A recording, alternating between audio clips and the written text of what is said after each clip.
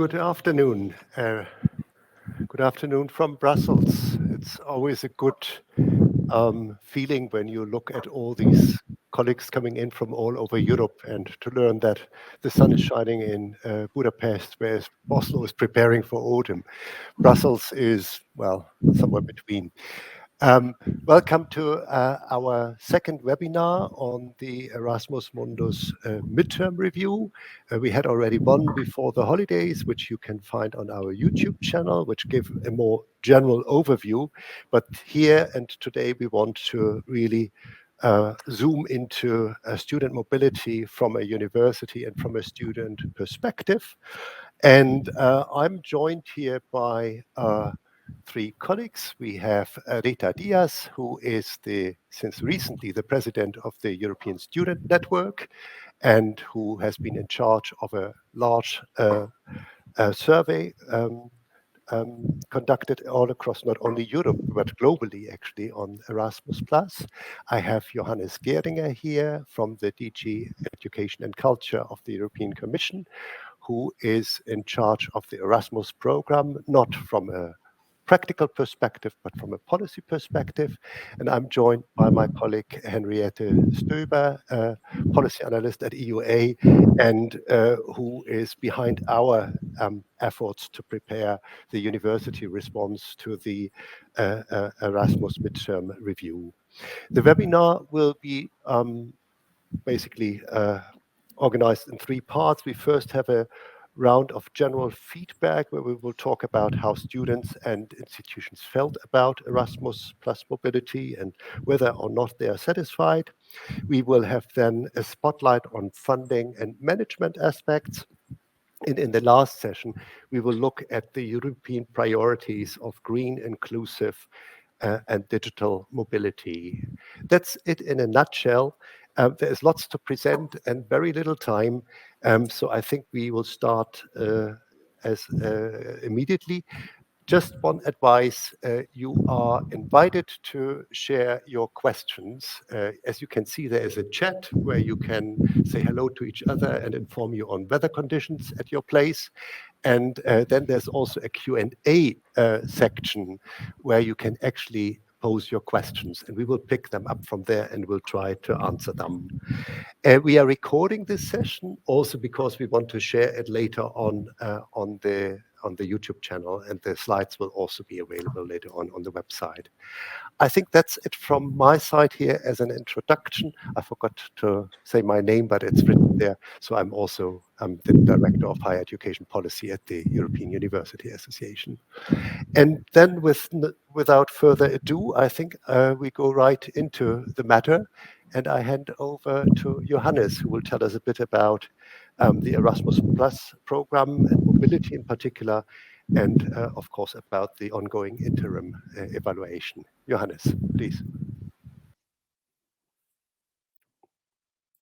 Thank you for giving us the floor, the European Commission. I'd like to say that European Commission President von der Leyen, in her State of Union speech yesterday, pointed out that we have a need for high-level skills to face the twin green and digital transition. That's why the Erasmus Plus program comes in with its objectives and priorities: green, digital inclusion. And because the program wants to boost and equip mobility that helps to equip students with relevant skills that they acquire abroad. So in the current program that is running from 21 to 27, we expect to fund some 3 million students in higher education with an expected budget of more than 7 billion euro. The budget also includes funds for higher education staff grants, plus organizational support for higher education. I would also like to highlight that the European strategy for universities that we developed last year, that we published last year, also aims at funding 100,000 higher education traineeships per year through Erasmus+. And to achieve these quantitative objectives, it's important to take stock where we stand. Next slide, please. For this purpose, we are trying to learn from the experience of the current and the past program generations to adapt the current program, to improve it, but also to prepare the next program generation. Last year, we already defined output indicators, result indicators through a monitoring and evaluation framework. We launched a call for evidence for feedback from citizens and stakeholders, and we hired an external contractor this year who helps us prepare the surveys and reports. And I would all like to invite you to take part in the open public consultation that we launch from tomorrow on for 12 weeks. That is geared both to individuals and to organizations and institutions. You will find a link to the open public consultation in the link that I'm providing on this slide. In addition, we will do targeted consultations with beneficiaries, higher education institutions, higher education students and staff, and in other sectors as well, national agencies and other social economic stakeholders from now until the end of the year. So, and all this, based on all the evidence gathered from the stakeholders, plus all the national evaluation reports that will be delivered in the first half of next year, the Commission will present a final evaluation report to the other EU institutions by the end of next year. Well, thank you, Johannes. And just to make sure that I understood you right, you said that the public consultation would open tomorrow on 15th of September? Oh, exactly. If we would have promised that we disclosed that here, I think the participation would have been even higher than the current 227. So that's really good news that this is now official. It's a new. It's just a new use because it's just been confirmed actually that it's starting tomorrow. That's excellent. Very good. I don't have any questions here at the moment. So I suggest then that I hand over to Henriette and Rita, and they present the outcomes of the two surveys and provide the general feedback on the mobility initiatives. Very good. Next slide, please. And thank you very much, Johannes, for the introduction and also into the midterm review and also for giving us a date. Indeed, EUA has carried out a survey on Erasmus Plus to exactly feed into this consultation. We are currently working on a report and there will also be policy recommendations. And I suppose we do have a timeline now, which will be within the next 12 weeks while the consultation is still open. You can see here on the slide who participated in our survey. A large number of universities, really, for an EUA survey, 500 individual higher education institutions from a total of 49 countries came into the survey and answered a lot of questions on Erasmus+. This covers 31 program countries and 18 partner countries in total. I would like to point out one thing here that you can also see on the map, and that is the enthusiastic participation from our colleagues in Germany. 140 German institutions actually participated in the survey. And initially, we were really worried that this would skew the results a lot towards German opinions.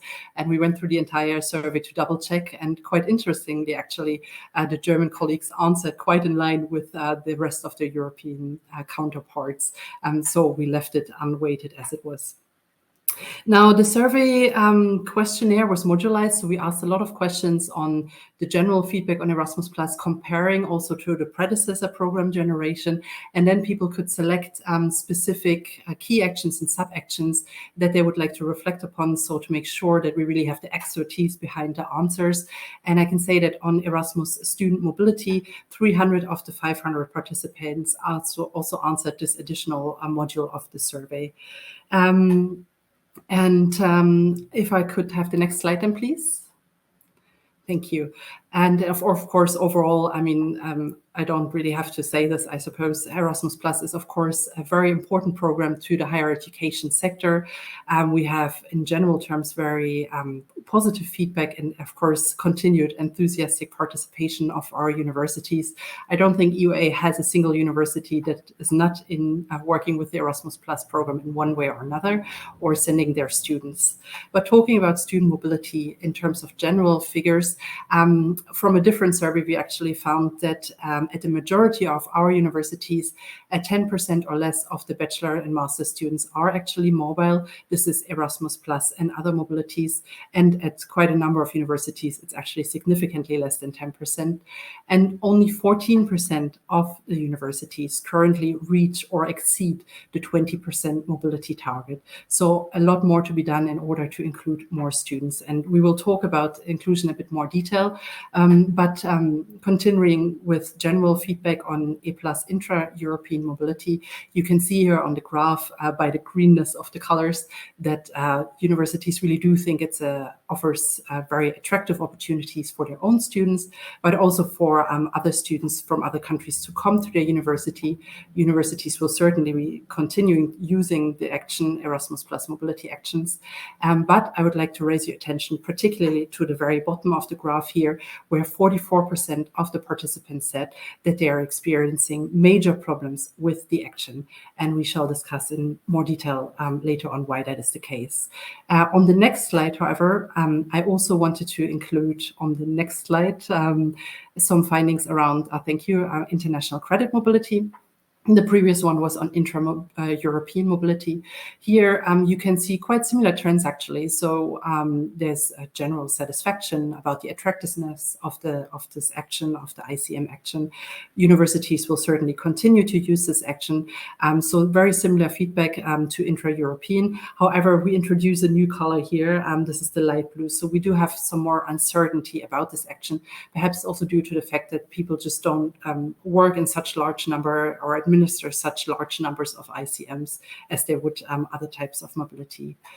Universities think that it is an attractive opportunity and that ICM students are important for their internationalization ambitions in addition. I would like to again point out here to the very end of the graph. Also here we have experienced some problems in terms of management and administration. My last point on ICM is that the third bar from the bottom, half of the universities that participated in our survey said that for some regions, the outgoing student demand exceeds by far the funding that is available. Therefore, we think that the ICM, which currently has a regional approach, and if you're unsure what it is, we could perhaps ask Johannes to elaborate a bit on this later, that this regional envelope approach of funding in this type of mobility should perhaps be reviewed a bit better and adjusted to the actual demands of the actual student demand in the specific regions, in addition, of course, to the international policy ambitions of the Union. And this is it from me for now with regards to overall perceptions. I'll hand over to Rita and come back with specific challenges and management later on.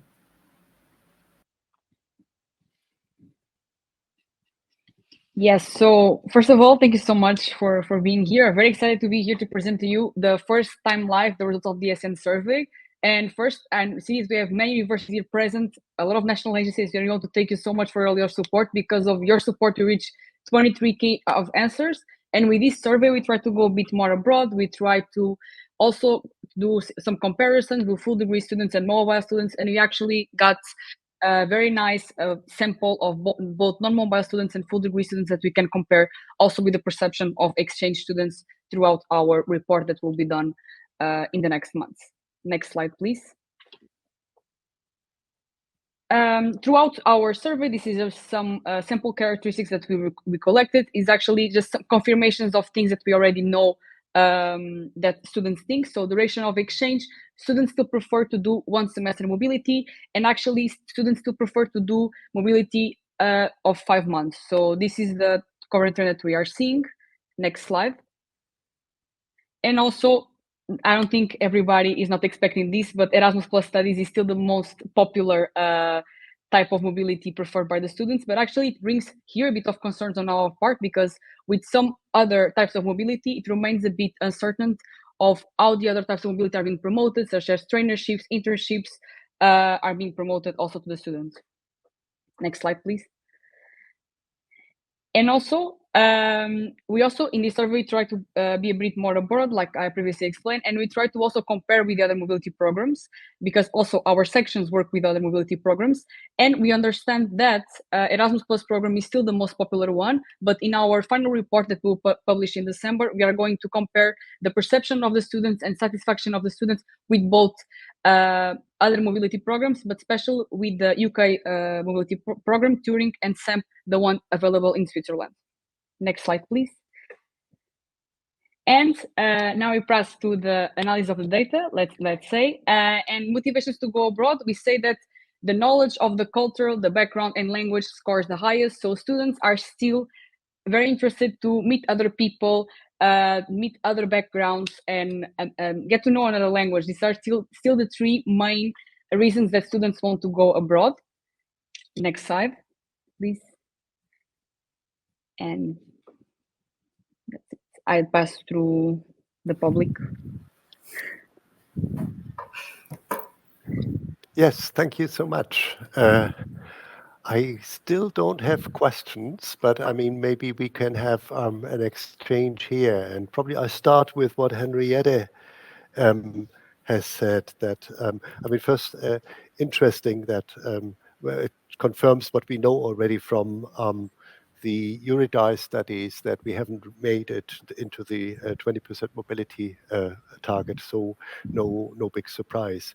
But then also that you mentioned 44% experience major difficulties. In the next part, we will explore a bit more in detail what that means. And then also the observation that ICM and the intra-European mobility both are actually seen as very positively, but for ICM we clearly got the comment that there is not enough funding, at least for the interest that is there for exchanges with certain regions. Johannes, can you say a word about that? Yeah, thank you. We welcome actually the rich feedback from higher education institutions and students. We also analyze the reports that we get from national agencies, institutions, and students, especially the feedback from students after the mobility. And actually students, mobile students, tell us that they are satisfied with the mobility experience at 95% even, and even more, a little bit more from their traineeship mobility than their study mobility. And actually, I have to say that the share of students going on traineeship is much larger, almost up to 30% of all Erasmus Plus student mobilities. When it comes to ICM, International Credit Mobility, yes, they have certain strings attached because you know there are targets defined and you know political priorities by the external relations and external action service, especially for Africa and the Western Balkans. That's why it's important to see that you know we have an international opening for the classic Erasmus scheme. Yeah. That is known as under K131 that I'm together with my colleagues are in charge of, and K131 can be a very good complement to ICM because we can fund outgoing student and staff mobility to all countries, and I'll come back to this a bit later.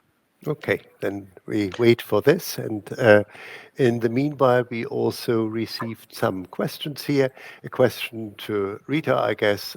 What's the average? I mean, do you know about basically the social background of your respondents, the age of your of the students who responded? Yes, so the majority of the age is between 20 and 30 years old, and they all participate in mobility. So this survey basically targets mobility participants from this Erasmus Plus call. So from these last 2 years, and basically throughout the report, we are going to compare also with the previous programs, because we also have done this survey since 2012. So we have also possibility to compare with the other program and the perspective of students throughout the years. So already in the preliminary report we are going to publish next week, you are going to feel a perception of the students throughout the programs. Yeah. And I continue with you, Rita. Another question from our colleagues at the Academic Cooperation Association is, what is the student interest in blended mobility formats? And I think we also have a question from our survey on this, but you first. Thank you so much to ACA. They are very good partners of us, and I'm very happy with this question. Yes, so we actually have a question on non-mobile students. We asked non-mobile students about the initiatives that they know about the EU. So higher education students that they want to participate in mobility or not, and they answer our survey. And basically, it's the one that scores the lowest in our survey. So it's the initiative that they know the least, only with 9%. Mm-hmm. Henriette, do you want to react to this, or should I? I can start, Michael. I was going to say a couple of words on blended formats later on, but I might as well do it now. From the viewpoint of higher education institutions, I think in general terms, they welcome the opportunities of digitally enhanced student learning and mobility that are offered in the realm of the Erasmus Plus program. And we got specifically good feedback on the BIPs, on the blended intensive programs. However, universities also told us that these kind of programs come with a much higher human resource effort in rolling them out than normal mobilities would. And of course, the important point needs to be made that by no way they can be a replacement of physical mobilities. Yeah, and just to add to this, we would also confirm, I think what Rita also showed in her results, that there is no indication that the virtual mobilities are going to replace the physical ones. So the interest is, I think, unchanged in physical mobilities. And even if you hear from some that they would, for obvious reasons, like to have shorter mobilities, many students seem to value the experience of spending a full semester or almost a full semester abroad, as Rita showed us here. I don't know if you can see any other language. There are more questions, but I think probably we could carry on from here. Yeah, maybe there's something on sustainability, which we will ask later on. Important question, of course. We all want to enhance mobility, but also want to strive towards carbon zero. So a bit of a dilemma. And yeah, so I think we carry on from here then. Yeah, okay, good. Henriette. I think it's Rita, but please. Rita, sorry. Pardon. Yeah. Okay. Okay, a bit now regarding the perceptions of the students about the support of the higher education institutions, we start with pre-departure support, especially on accessibility.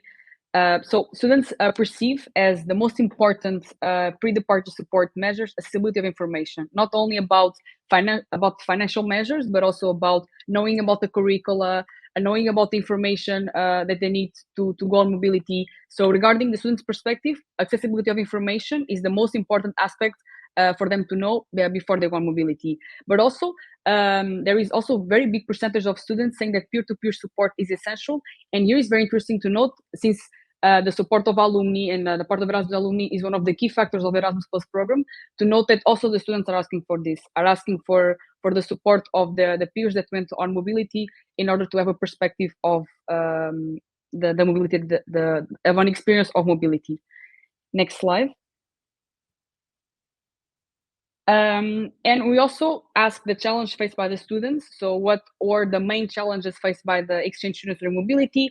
And we understand that the two main problems faced by the students are lack of funding to fund the mobility and affordability of accommodation. And actually here about affordability of accommodation, I actually invite you all to read the housing survey report that ESN made together with ESU. So we made specifically research about accommodation and housing. And we actually get a very good sample of results last year. So I invite you all to go to our page and to read the full report that we did on this issue to understand the full causes of the problem. Next slide. And also, this is actually very interesting. So we understand that the students are continue to be interested in higher education institutions. So they are still interested in the service that the higher education institutions do. But actually, by comparing with the previous ESN survey, the one from 2021, and also the one that tackled the previous program, we understand that the students are less satisfied with the higher education institutions support, especially with the host higher education institutions. It's also something that we want to understand. So in the final report that we are going to publish in December, we are going to do cross-comparison analysis with countries, with the age factor, with the ethnicity factor, trying to understand actually why this is happening. And also we are very interested to cooperate with some universities to understand the situation. Next slide. And just to finalize, because recognition of credits is one of our main goals that we want to improve on mobility.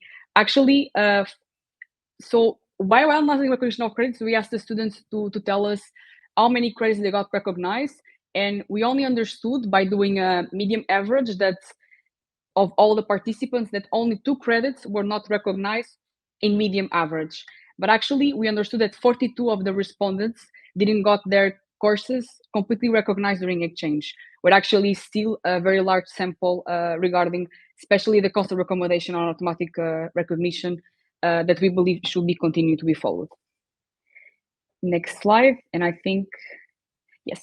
And especially now regarding the timing of the grant, something that ESN is being advocated for a very, very long time. So as you know, for the students to have a good mobility opportunity, they need to receive the grants previous the departure, especially the people with fewer opportunities. They really need to receive the grants previous to departure. And actually, we have seen that the results are being very positive in this the matter. There is being a common effort from the universities, from the national agency, from the commission to make this measure improve. And from the last survey edition, these results have been improved.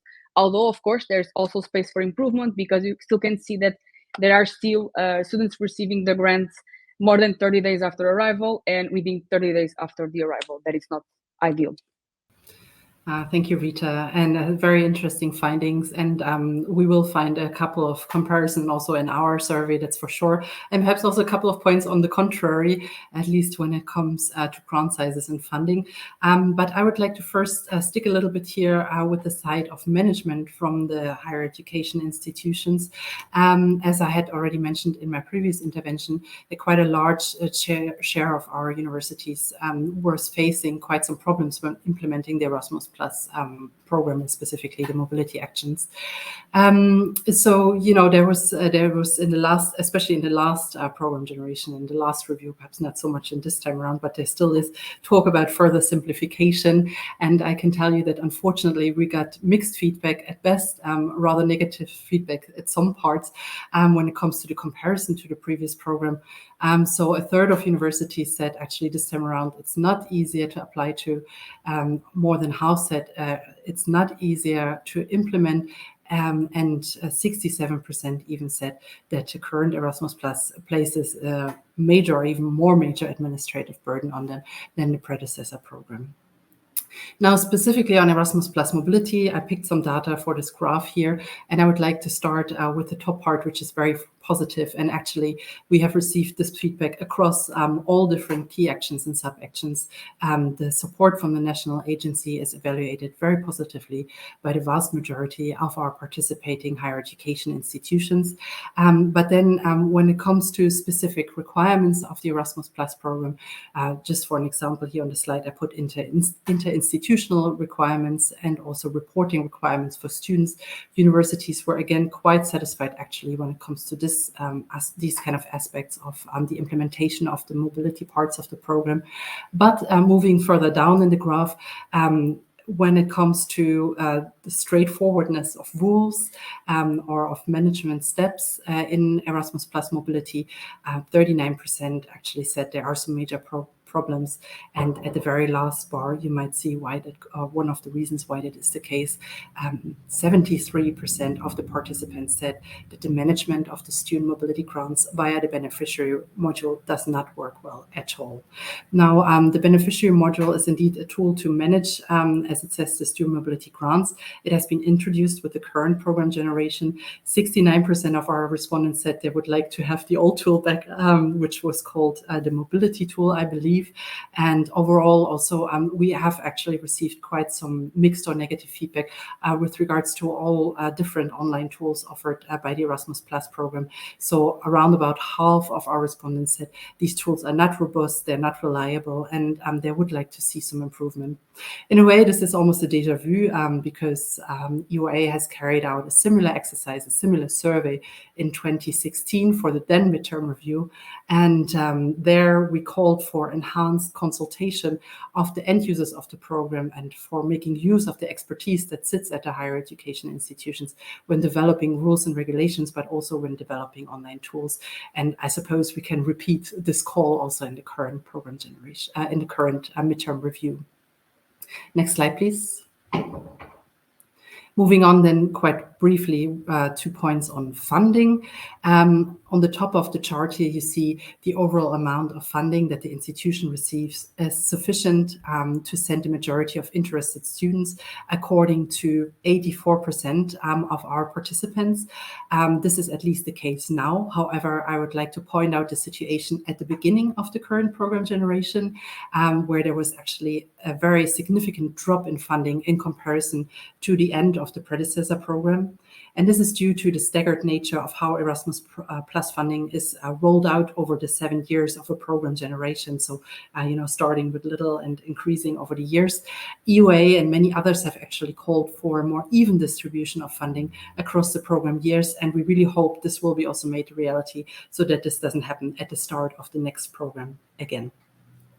Coming back to my graph, and perhaps interestingly, a little contrary to what we just heard from Rita, the university participants also thought that grant sizes and also the amount of funding that was given for covering travel costs was appropriate in around 80% of the cases, that universities thought that while not all the costs are covered, usually participation is not hindered, so students would still participate regardless. However, of course, there's also a fifth of universities that say, yeah, there needs to be better cost coverage. And you can see also that there's quite a large margin of, to some extent, so people who are in between. Last but not least, the financial rules are not so clear and not so easy to apply, again, for a fifth of our participants. So summing up then for this section, there's definitely room for improvement when it comes to tools, when it comes to rules and regulation. And I would like to, again, underline the point to really make use of the expertise that sits at the higher education institutions and in the international offices when it comes to developing these. And I think with the next slide, we're back to a discussion round. Yes. Well, thanks to both of you. And I think that we go full circle here.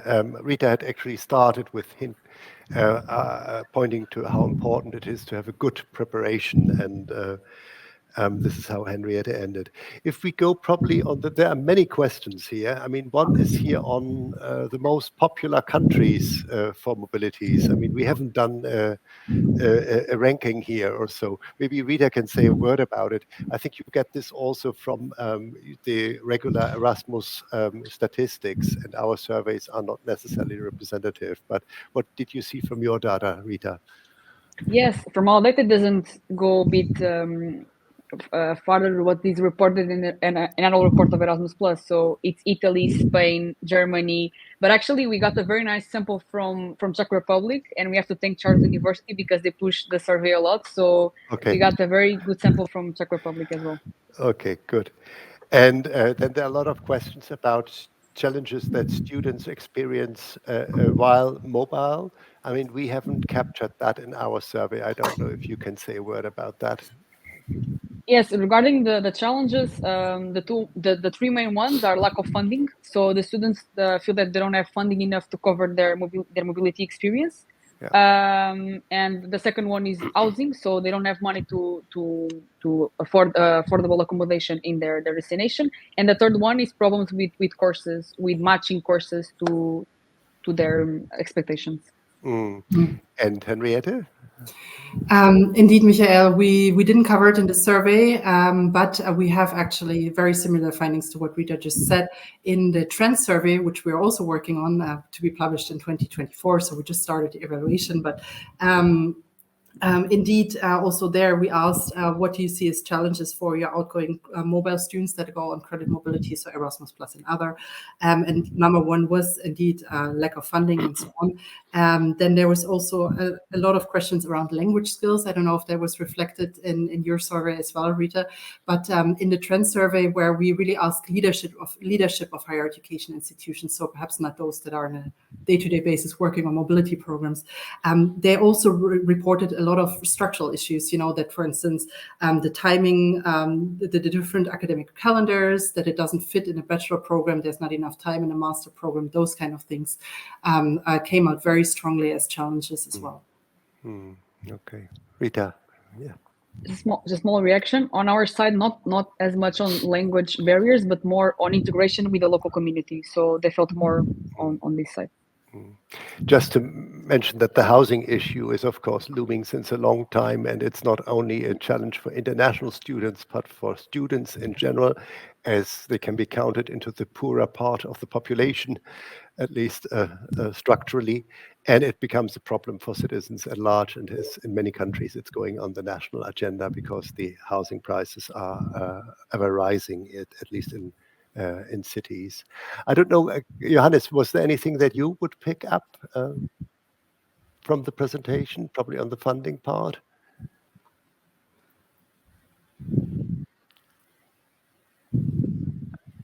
Not sure if Johannes can hear us. All right, maybe I ask later again. Just to look. Yes, please. Well, I can also take the floor, Michael, Yeah. and address some of the issues that were raised by the two surveys.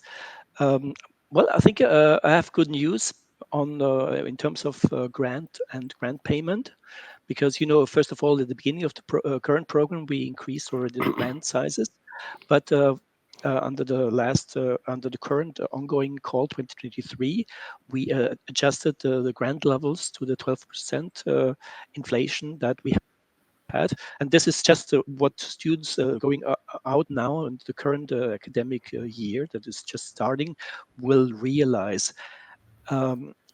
And at the same time, we also commissioned two external studies to look at in general at the grant items like individual support, travel support, organization support, and our external contractor talked to higher education institutions and surveyed also national agencies.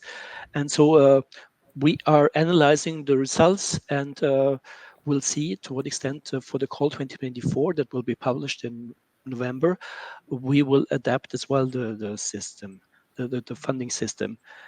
At the same time, as already Rita mentioned, together, thanks to the input also from ESN last year, we adapted our rules so that students with few opportunities from call 2022 already get the grant before they leave on mobility. And timeliness of the grant payment is also one of the pressure points as part of the monitoring of the Erasmus Charter. And in addition, we will start a dialogue with higher education institutions to see if we can go further and to pay upfront the grant to maximum of people. We also consult widely with our stakeholders, national agencies, higher education institutions on different issues like the final reports, and also provide guidance through webinars and other meetings on the blended intensive programs and on recognition. And there was also an issue on the digital tools and digital processes. Well, the beneficiary module is improving, but the situation has changed ever since the EUA survey was done. And for example, we already implemented the final report for the call 2021. When it comes to the European Student Card Initiative tools, we are still in the learning phase. We are listening a lot. We have improved the governance by bringing on board national agencies, higher education institutions, and student representatives. The systems are improved step by step. There's a need to have such a digital management of mobilities, but it's quite a complex issue. So that's it Okay, from my side. thanks. Probably related, because there is a question we also heard from institutions that they have more and more work, in particular because the digital tools don't work or not as seamless as they should. And there is a remark here that there are ever more student mobility, but the operational support grant is not rising, and this is identified as an issue by one of the parties. Any comment on that? Is that not proportional to the number of students who go abroad usually? Nobody knows here. Probably. Can you repeat the question, please? Yeah, I think there is a question that that there is an ever larger number of students going abroad, but the I think the OS, that's the Yes, operational support, for every mobility, is we not provide rising. organization Yeah, support. yeah. Yes. And I thought this is usually per head that what you receive, but we may not be the right, have not the right expertise for this question. But there is another question. I mean, Exactly, for mobility, actually. yeah. Frederick de Decker asked us about how we would explain the difference between the 80% of universities who say that their funding for student mobility is actually sufficient, and then the students on the other side who consider this as the main challenge.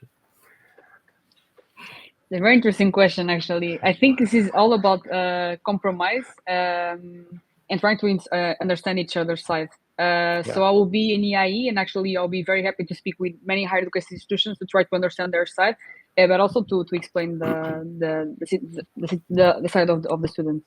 Yeah.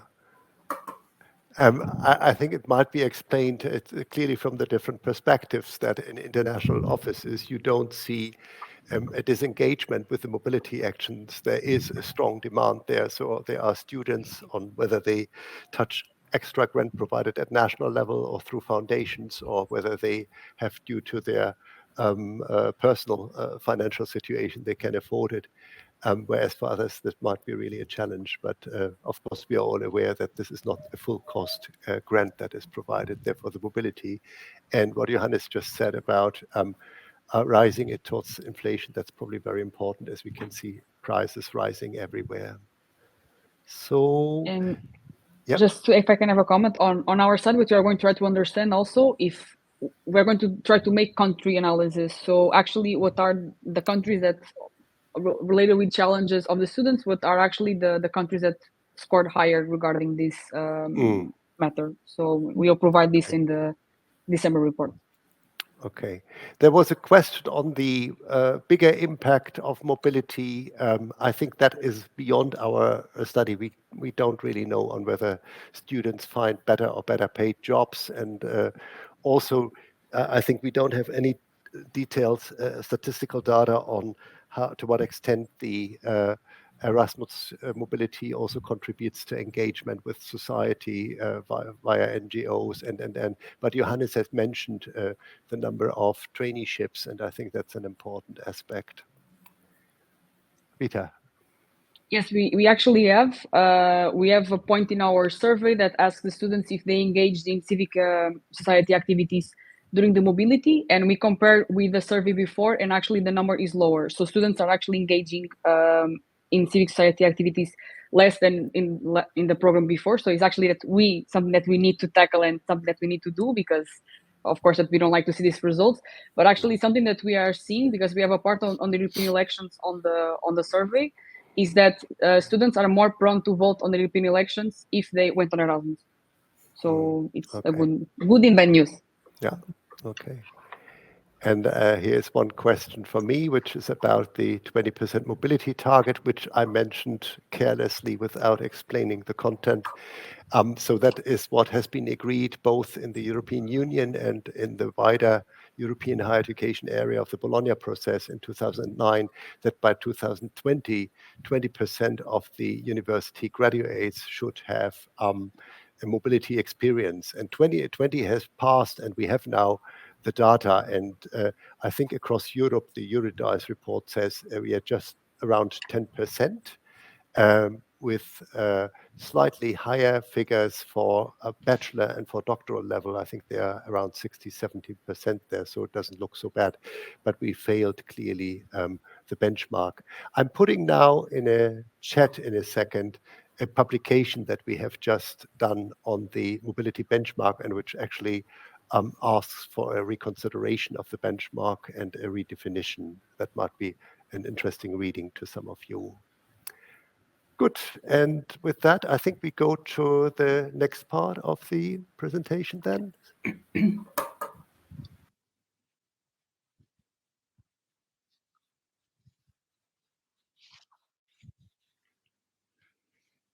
Okay, I will introduce the next part on the priorities of the Erasmus Plus, especially priorities of higher education mobility.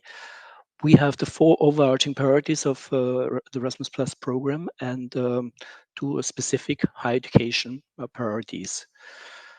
The priority on environmental sustainability would like to promote green practices, not only a sustainable travel, but also the use of sustainable means when organizing mobility, like using digital means of education, but also organizing sustainable means when it comes to organization of mobility.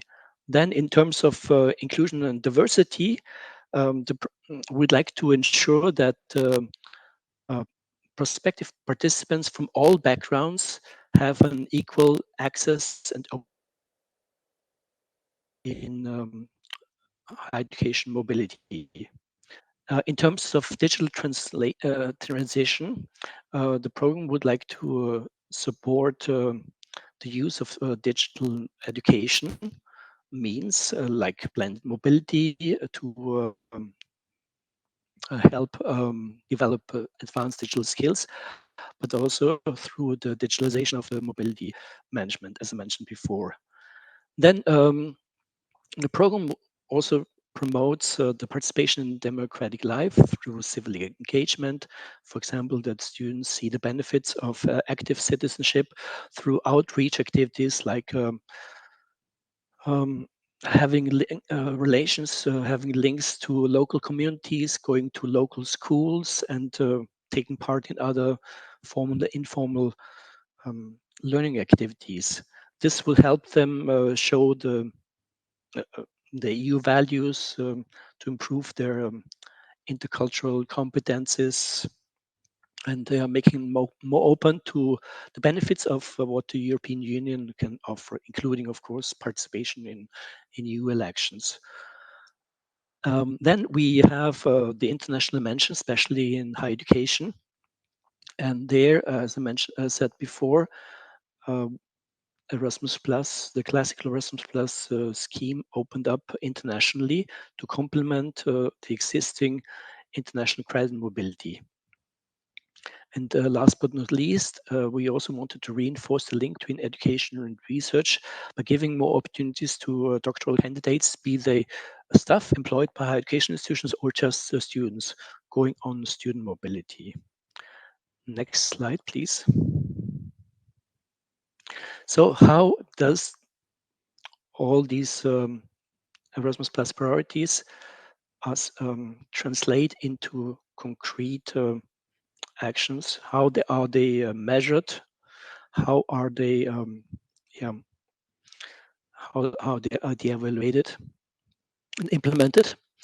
Well, first of all, we look at feedback on the behavioral changes of according to the different priorities based on the student feedback. For example, if they adopted sustainable habits during their mobility, or if they were better able to interact with groups from other backgrounds.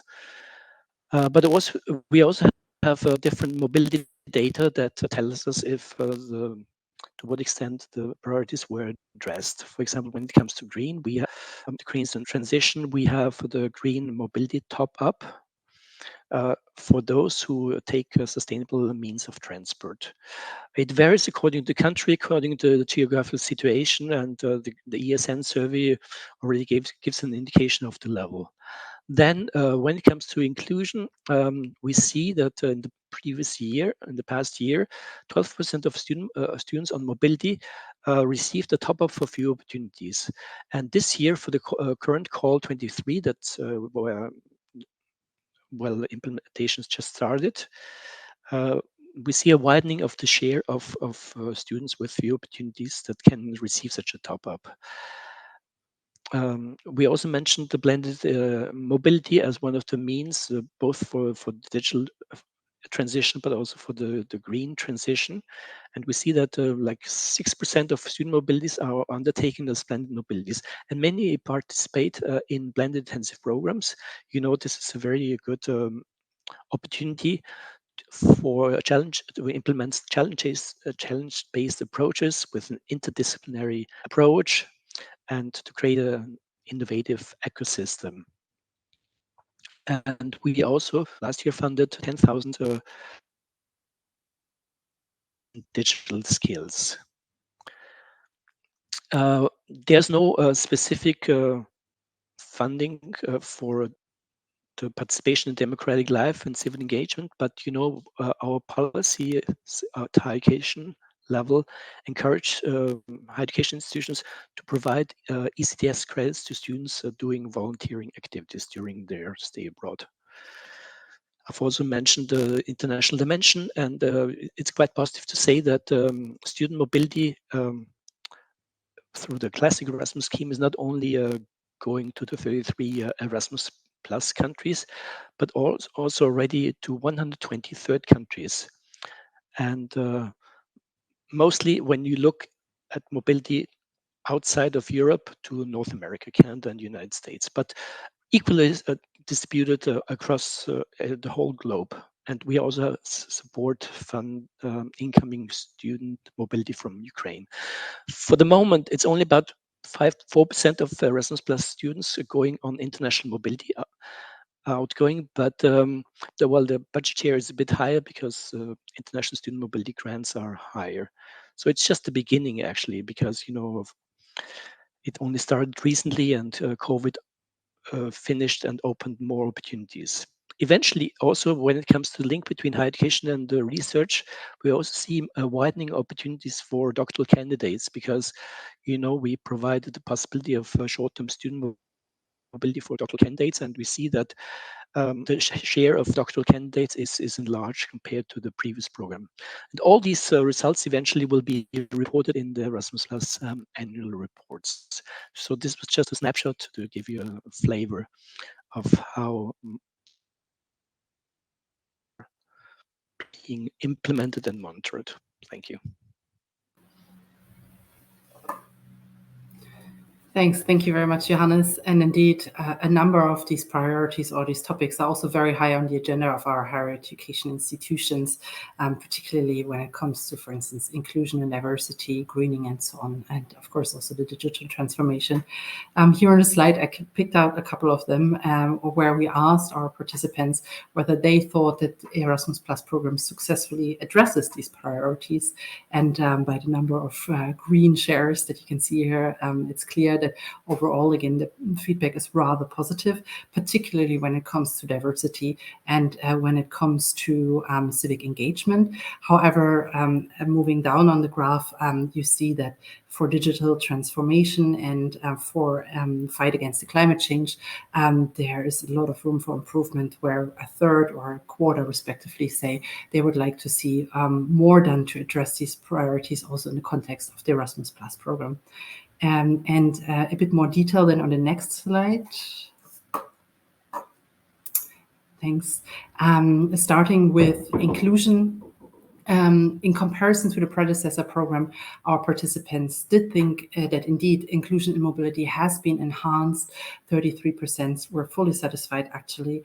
And this was perhaps also due to this enhanced definition that has been set for young people with few opportunities. In the current program generation, we heard 17% yes fully, but then quite a large number of universities that said to some extent that it made their life easier and had a positive impact on the identification and the selection of students with such backgrounds.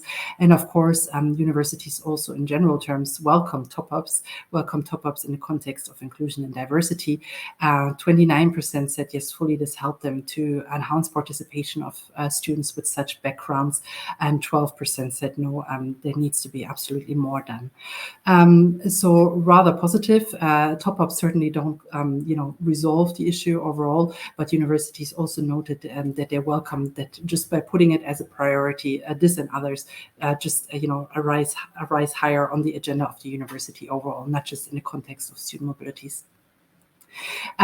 Staying a bit with top-ups, you can see then in the middle the feedback for the mobility top-ups when it comes to greening were actually received not as positively as those for inclusion. 32% of universities said that these top-ups do not help changing the travel behavior of students, and even worse, 40% said they do not change the behavior of staff when it comes to mobility travel. And when one reads the fine print, this is perhaps also not surprising. 50 euro top-up for a means of travel that might be significantly more expensive, it is perhaps not enough. However, a bit more on the positive side, also here it was welcomed that greening overall is on the agenda, also in the context of Erasmus, for instance, through the new ECE, the Erasmus Charter for Higher Education, which helps some universities at least to promote green modes of travel among students and staff. But overall, universities would really like to see a good evaluation of these initial steps towards the priorities, and would like to see an adaptation of the means and measures that the Commission offers for those two priority areas. Now, I won't cover the last bit because I already responded to Aka's question on digitalization here. Pretty much all that I already said. The BIPs of very high interest indeed, as Johannes just said, but they come with a lot more staff hours and a lot more staff work. So perhaps the only point that I want to make here is that there might need to be some more support in terms of operational support for the universities rolling this out. And I hand over to Rita now. Thank you. Regarding our survey, one of the first questions we asked was about what were student perspectives on the Erasmus Plus priorities. And actually, we noticed that students are very happy with the program. They are very happy with the priorities. And actually, one thing that we noticed was that students are the priority that they are most happy, and the one that they consider be the most successful is the inclusion one. And by comparing the priority of inclusion, where actually with the use of the top-up and the satisfaction with the universities, we actually understand that this priority is being very successful, and the students are really appreciating the program to be more inclusive in this edition. Regarding the other priorities, students also welcome them, but as you are going to see in the next slides, there is some difficulties throughout the path, especially with the use of top-ups, but also with the means of transportation used by the students. Next slide, please. So regarding the means of transportation, and this is connected especially with the environment sustainability priority, the preferred method of transport of students still is plane. So we understand by asking the students why they still prefer to use the plane. They say it's because of the cost time analytics of the use of the plane. But actually there's a very interesting fact on this, is that students when they are in mobility and they want to travel between cities or countries, they actually use bus as a preferred method of transportation. So we can see here that actually there is still some reinforcement to be done, especially in the green top-up that is given them. Next slide. Regarding digitalization, we already spoke a bit about this topic, but actually Erasmus students consider that some of the initiatives regarding digitalization are very useful and actually being well implemented. For example, the online learning agreement is actually being very successful with 68% of responses. Considered with the other previous survey, it's increasing. And also, we are seeing some increases, especially on the use of students about the recognition of credits, about the use of the Erasmus without paper. So this data is actually increasing from the previous survey. Although we do see that there is some difficulties in implementation of the European Student Card and Erasmus Plus app. And of course that we are also part of the Consortium Erasmus Plus app, and we are happy to continue this collaboration and understand what actually are the difficulties of the students by implementing this app. Next slide. And as already explained, some of the top-ups are being very successful. For example, the inclusive top-up is being very successful. Students are very much liking it, and is by connecting with satisfaction with mobility, they understand the opportunities and they really appreciate it. Although the green top-up, when we compare with the results of the green Erasmus survey, so a project that we did that was supported by the European Commission, we do understand that the top-up is not being used by new students. They're only being used by people that were already using methods of transportation that were sustainable. Next slide. I think, yeah, we're done and ready for Q&A. Yeah, that's it. That was all the slide input, at least, that we had prepared here for today. So we can still stay here. Time is up, but we can still stay here a couple of minutes and try to answer some of the questions. And probably I start with a few that I have here for Johannes. And it's like, will the potential increase in funding that comes out of the review that Johannes mentioned apply to ICM as well? I think you mentioned the rise of the grants against inflation. Not sure that Johannes can hear me. There seems to be some time lag. Yeah, apparently. Yeah. Okay. Well, the external studies this year will look at all grant items for the whole Erasmus program. Okay, so it's for all, including the ICM. Then another question was that you said 12% of fewer opportunities students took the top-up grants in 2022. There's a question on how that is counted. Did you count only long-term Erasmus mobilities, like semester abroad, or did you also count short-term Erasmus mobilities? I can hear you again, yes. Well, the current ongoing studies look at all grant items. Okay. I was actually, if I can ask a question to Rita, then I was actually surprised that students... Sorry, can you repeat the question again? Okay. Please. It's about the, if you look at the questions, there's a question where it says, you said that 12% fewer opportunities top-up grants had been used in 2022, how that is measured. But I guess this is just the number of top-ups that have been paid, isn't it, by national agencies? I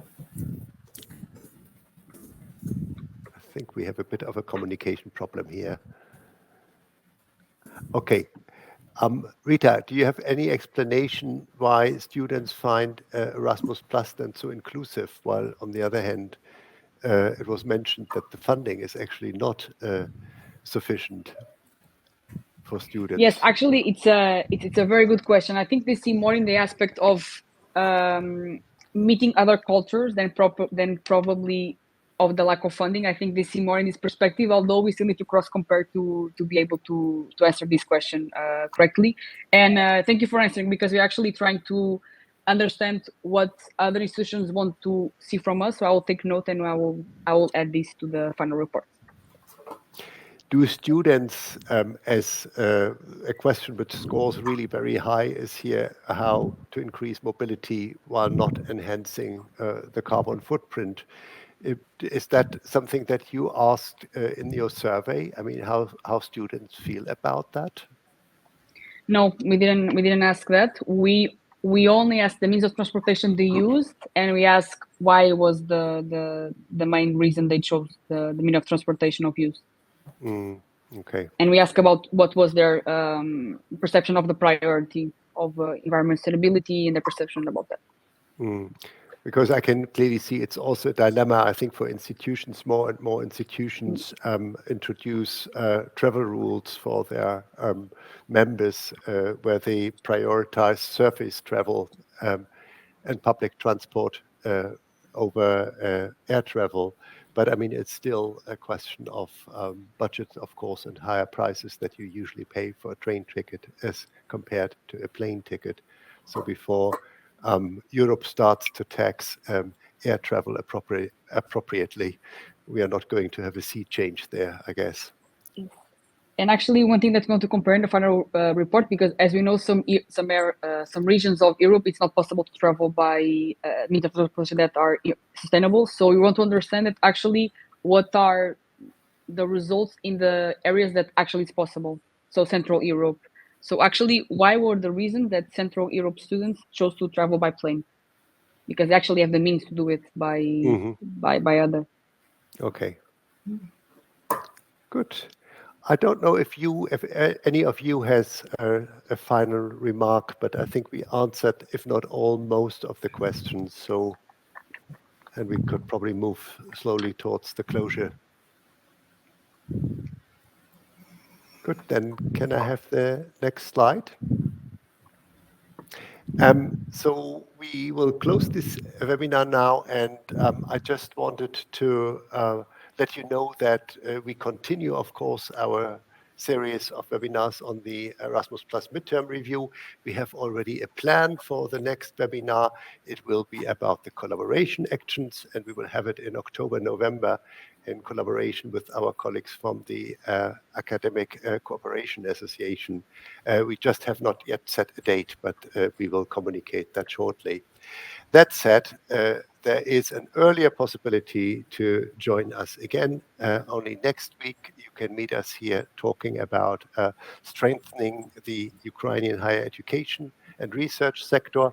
We are part of a consortium that has been launching the MSCA, the Marie Curie Sklodowskaya action for Ukraine. And we will have the chance to meet online some of the researchers and talk a bit about their experiences as they received their grants in, when was that, in March, April this year. And so they will share with us how that works for them at being hosted at universities across Europe. And then there is also on the 22nd of September an webinar from our research colleagues, ERA 001, an introduction to the new European research area. I think that's it then for today. And I would like to thank Rita, Johannes, and Henriette for the inputs here, and all of you, of course, for coming in. And as we have probably not mentioned that, also many of you for duly filling in our questionnaire that enabled us here today to share all this data. This was really good. Thanks so much, and have a good afternoon wherever you are. Bye-bye.